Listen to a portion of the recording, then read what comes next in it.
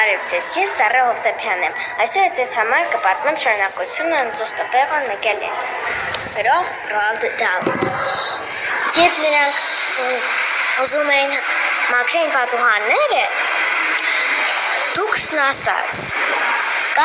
կարող եք վերջի երկու հարկի պատուհանները չմաքրեք։ Իսկ նրանք ասացին. իսկ ինչու՞։ Դուքսն ասաց, որովհետև չեք հասնում, չեք տենում ընձուղտի բոյը չի հասնում։ Ընձուղտը ասաց.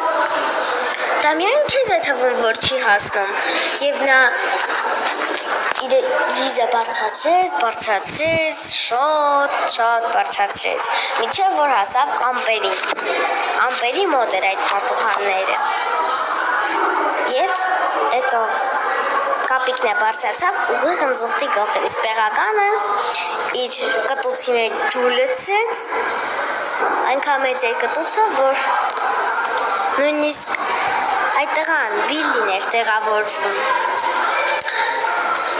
Ջուրը լցրեց, բերեց ընձուղտի մոտ։ Կապիկը թաթախում էր այդ շորը Պեղականի կտուցի մեջ, եւ հետո ընձուղտի գլխին կանգնած սկսում էր պատուհանները մաքրել։ Եվ նրանք վերջացրեցին 4-րդ հարկ, անցնում են 3-րդ հարկին։ Դուքսն ասաց.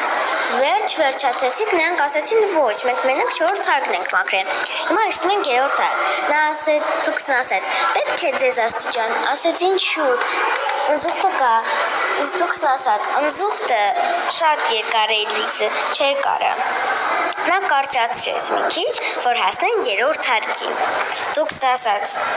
սա շշմելի, անսպասելի է։ Իսկ Բիլլին ասաց. այս ինչ հրաշք է, ես սրանից լավ հրաշք չէի տեսել, նույնիսկ ավելի հրաշալի է, քան Պեղականի կտուցը։ Եվ նրանք շարունակեցին մաքրել։ Երբ որ նրանք շարունակում էին, նրանք քարացան մի մոմենտ եւ այդպես քար մնացին մի քանի վայրկյան։ Եվ հետո ընձուղտը եկավ դուքսի մոտ եւ ասաց. ձեռդ պայծառափայլություն։ Այնտեղ 3-րդ հարկում մարդ կա։ Եվ այնտեղ գողանում է քո ամբողջ ունեցածը։ Դուքսը կարմրեց եւ ասաց. որտեղ։ Նրանք ասացին.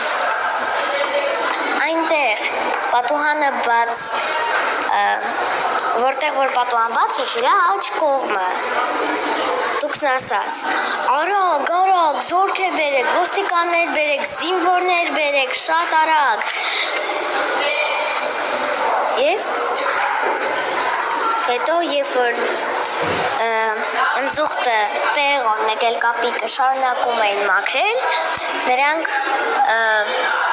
երբ որ շարունակում էին մաքրել, ընձուղտը կամացուկ մի երգ էր երգում։ Այսօր այսքանը, ստեսություն։